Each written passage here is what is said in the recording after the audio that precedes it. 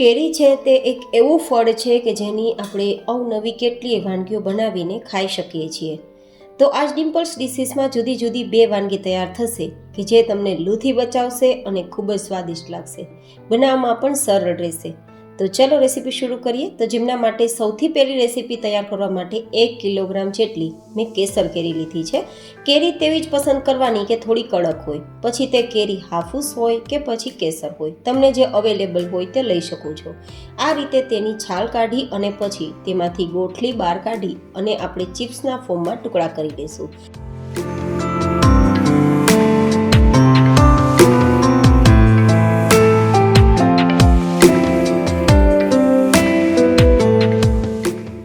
હવે આપણે જે આ ચિપ્સ તૈયાર કરી છે તેને આપણે 2 ગ્લાસ જેટલા પાણીમાં ઉમેરી દેવાની છે અને થોડી વાર માટે આપણે તેને ઉકાળવાનું છે, મતલબ બાફવાનું છે.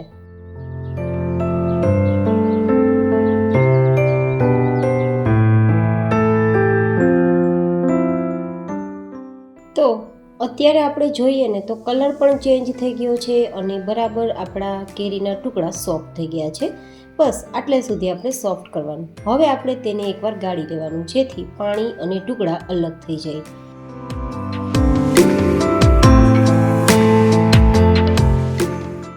આ ટુકડા છે તેનો ઉપયોગ આપણે વાનગી બનાવવામાં કરશું અને જે નિતારેલું પાણી છે જેને ખાટું પાણી કહેવાય, આ ખાટા પાણીનો ઉપયોગ છે તે આપણે અથાણા બનાવવામાં પણ લઈ શકીએ છીએ અને આ જે ખાટું પાણી છે તેમાં આપણે થોડી મીઠાશ ઉમેરીશું ને તો શરબતનું કામ પણ કરશે. તો આપણે અહીંયા આમ જોવા જઈએ તો આપણી વાનગીમાંથી 2 વેરાયટી થશે. પાણીનો ઉપયોગ પણ કરશું અને તેના ટુકડાનો ઉપયોગ પણ કરશું. તો હવે આ જે બાફેલા ટુકડા છે ને તેમાં આપણે મીઠાશ ઉમેરીશું. ખાંડ નહીં પણ સાકર ઉમેરીશું, લગભગ 1 કિલોગ્રામ જેટલી, કારણ કે સાકર છે તે ખાંડ કરતાં હેલ્ધી ઓપ્શન છે. ખાંડમાં કેમિકલ હોય છે જ્યારે સાકર કેમિકલ ફ્રી હોય છે. છતાં તમારી ઈચ્છા કે તમારે મીઠાશમાં શું ઉમેરવું, આ રીતે મિક્સ કરી દઈશું. કેરીના ટુકડા આપણા ગરમ હોવાથી જેમ જેમ સમય જશે તેમ આપણી સાકર ઓગળી જશે. તો 15 મિનિટ માટે સાઈડમાં રાખી દઈશું તો ફટાફટ સાકર ઓગળી જશે. 15 મિનિટ પછી તમે જોઈ શકો છો કે સાકર ઓગળતા વધારે લિક્વિડ ફોર્મ થઈ ગયું છે. ટોટલી સાકરના દાણા ઓગળી ગયા છે. હવે આપણે આપણી આ વેરાયટી છે તેને ગેસ ફ્લેમ પર મૂકીશું. હવે આપણે આપણી આ વેરાયટીને ત્યાં સુધી ઉકાળવાની છે કે જ્યાં સુધી આપણી જે સાકર છે તે થોડી ચીપચીપી સિરપ ના બની જાય. મતલબ જેવું તેલ અને ઘી ચીકણું હોય ને તેવું આપણું સિરપ તૈયાર થાય ને ત્યાં સુધી આપણે ચલાવવાનું છે. કોઈ તારવાળી ચાસણી તૈયાર નથી કરવાની, નહીં તો સમય રહેતા જામી જશે. તો આ રીતે થોડી વાર ચલાવશું ને તો ફટાફટ ચીપચીપી સિરપ તૈયાર થઈ જશે અને આપણા ટુકડા પણ એટલા નરમ છે કે ફટાફટ મેશ થઈ જશે. હવે અહીંયા લગભગ આપણે ચપટીથી 2 ચપટી જેટલું નમક ઉમેરીશું જેથી કોઈ પણ મીઠી વસ્તુમાં થોડું નમકીન મિક્સ થાય ને તો સ્વાદ વધારે સારો આવે તેના માટે. અને અહીંયા 2 થી 3 ડ્રોપ્સ આપણે ઓરેન્જ કલર અથવા તો તમે પસંદગી પ્રમાણે યલો ફૂડ કલર પણ ઉમેરી શકો છો અને વિધાઉટ કલર પણ આ વાનગી તૈયાર કરી શકો છો. આ રીતે મિક્સ કરીશું ને તો ફટાફટ ટુકડા મેશ થતા જશે અને સિરપ સાથે મિક્સ થતા જશે. અને થોડી વાર બાદ આપણે ચેક કરી લેવાનું કે ચીપચીપી તેલ જેવું ચીકણું થયું છે કે નહીં. તાર ના બની જાય તે ખાસ જોવાનું છે. તો આ રીતે ચેક કરતાં તમે જુઓ ત્યારે તેલ જેવું ચીકણું દેખાય છે, મતલબ કોઈ તાર નથી બનતો, બસ થોડું ચીપ થાય છે. તો હવે આપણી આ વેરાયટી તૈયાર થઈ ગઈ છે. તો ગેસની ફ્લેમ બંધ કરી દઈશું અને ફરી એકવાર તેને ગાળી લેશું જેથી કોઈ પણ પ્રકારના કેરીના મોટા ટુકડા હોય તો એ ઉપર આવી જશે. અહીંયા મેં બ્લેન્ડર નથી ચલાવ્યું કારણ કે ઇલેક્ટ્રિક સાધનોથી કોઈ પણ વસ્તુ બ્લેન્ડ થાય તો તેના ગુણધર્મો નાશ પામે છે. તો મેં આ રીતે વિસ્કની મદદથી ચલાવ્યું છે અને મેશ કર્યું છે. થોડી મહેનત થશે પણ પરફેક્ટ થઈ જશે. અને ગાળ્યા બાદ જો 1 ચમચા જેટલું આપણું કેરીના થોડા ટુકડા જેવું દેખાય છે. આ ટુકડાને પણ ફેંકવાના નથી. એટલા મીઠી વસ્તુ બની છે આ કે તમે રોટલી સાથે ખાશો ને તો મુરબ્બાનો ટેસ્ટ આવશે અને બ્રેડમાં લગાવીને ખાશો ને તો જામ જેવો ટેસ્ટ આવશે. તો આ ઉપયોગમાં લઈ લેશું. હવે આપણે જે ગાળેલી વસ્તુ છે ને તે આપણી શરબત મતલબ ફ્રૂટી જ્યુસ તૈયાર થયું છે. ફ્રૂટી પીએ ને કેટલો સરસ ટેસ્ટ આવતો હોય તેવો જ ટેસ્ટ આમાં આવશે, પણ તેમાં આપણે કેમિકલનો ઉપયોગ થયેલો હોય છે તો હેલ્ધી નથી હોતું. જ્યારે આપણે આ ઘરે બનાવેલ છે અને હાઇજેનિક રીતે બનાવેલ છે અને ઓફકોર્સ ખાંડના ઉપયોગ વગર બનાવેલ છે ને તો વધારે હેલ્ધી છે. તો હવે બસ તૈયાર થયેલ આ સિરપને કાચની બોટલમાં ભરી 1 વર્ષ સુધી ઉપયોગમાં લઈ શકો છો. ને જ્યારે શરબત પીવું હોય ત્યારે 3-4 ચમચી જેટલું તૈયાર કરેલ શરબત અને પછી ઠંડુ પાણી અથવા તો સાદું પાણી પ્લસ બરફના ટુકડા ઉમેરી મિક્સ કરીને એન્જોય કરી શકો છો. તો કેવી લાગી તમને કાચી કેરીની પેલી વાનગી મને જરૂર બતાવજો.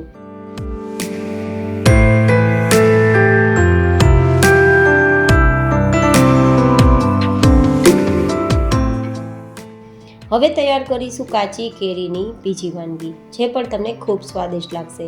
તો જેમના માટે આપણે ફરીથી કાચી કેરી લેશું અને હવે આપણે છાલ કાઢ્યા વગર જ તેના રફલી ટુકડા કરી લેશું. મતલબ કોઈ તેવો ભાગ હોય તેને કાઢી લેવાનો અને બાકી તેની છાલ સાથે ટુકડા કરીશું. અને કેરીને પહેલાં ધોઈને સૂકવીને પછી ઉપયોગમાં લેવી, જેથી કોઈ પણ પ્રકારની ખરાબી હોય તો નીકળી જાય.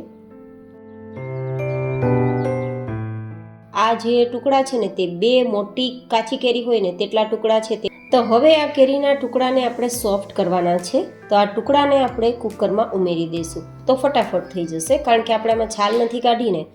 તો આપણે કુકરનો ઉપયોગ કરીશું અને સાથે લગભગ 1 કપ જેટલું પાણી ઉમેરીશું અને પછી 3 સીટી સુધી આપણે મીડિયમ ગેસની ફ્લેમ પર થવા દેવાનું.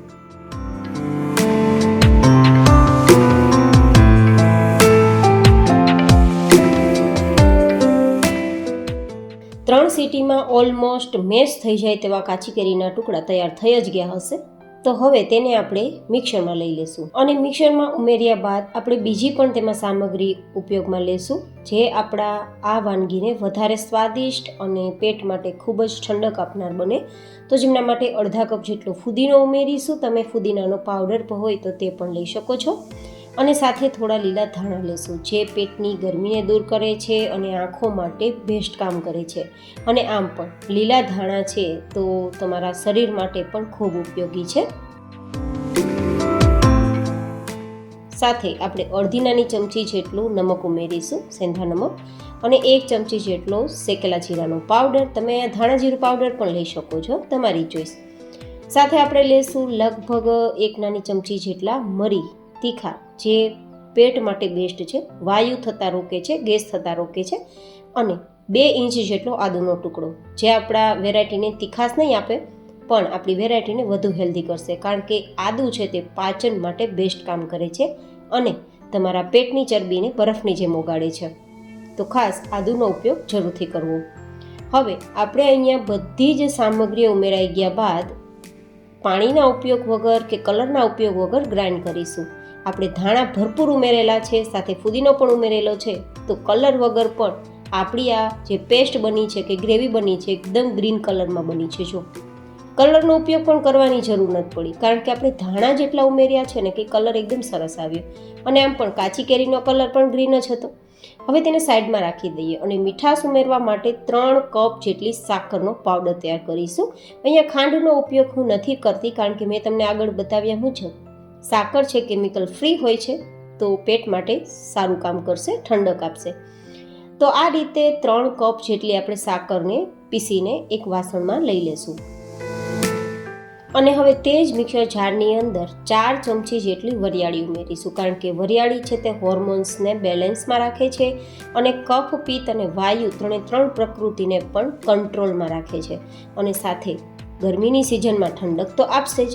હવે આપણી વરિયાળીને પીસવા માટે થોડી સાકર બાકી રાખી હતી તે પણ ઉમેરી દઈશું. એટલે કુલ ટોટલ આપણે 3 કપ જેટલી જ મિશ્રીને પીસી છે, પણ અડધા કપ જેટલી બાકી રાખી હતી, જેથી આપણે આરામથી વરિયાળીને પીસી શકીએ.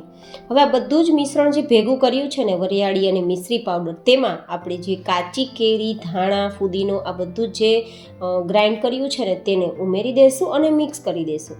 આ રીતે આ વાનગી તૈયાર કરજો, જેટલી હેલ્ધી છે તેનાથી વધારે સ્વાદિષ્ટ લાગશે અને વારંવાર તમને આ વાનગી પસંદ પણ આવશે. તો આ રીતે થોડું પાણી ઉમેરી દઈશું. મિક્સરમાં થોડો ક્રશ હતો તો એ વેસ્ટ ના જાય એના માટે અડધા કપ જેટલું જ લગભગ ઉમેરેલું છે અને આ રીતે બધું જ મિક્સ કરીશું. તો હવે આ મિશ્રણને તમે ફ્રીઝમાં રાખી 10 દિવસ સુધી સ્ટોર કરી શકો છો અને એની ટાઈમ તમે શરબત બનાવી શકો છો. જો આટલું થીક મેં રાખ્યું છે. તો હવે આ મિશ્રણને તમે કાચની બોટલમાં ભરીને 10 દિવસ સુધી યુઝ કરી શકશો, પણ ફ્રીઝમાં જરૂરથી રાખજો. યુઝ કરવો હોય ત્યારે તમે 3 થી 4 ચમચી જેટલું શરબત અને થોડું ઠંડુ પાણી અથવા આઈસ ક્યુબ બંને વસ્તુ ઉમેરી મિક્સ કરી એને એન્જોય કરી શકો છો. તો કેવું લાગ્યું તમને કાચી કેરીમાંથી આજે જુદી જુદી 2 રીતે શરબત બનાવવાની રેસીપી? મને જરૂર ફીડબેક શેર કરજો. ફરી મળીશું એક નવી જ એન્ડ હેલ્ધી રેસીપી સાથે. ત્યાં સુધી stay healthy and stay happy.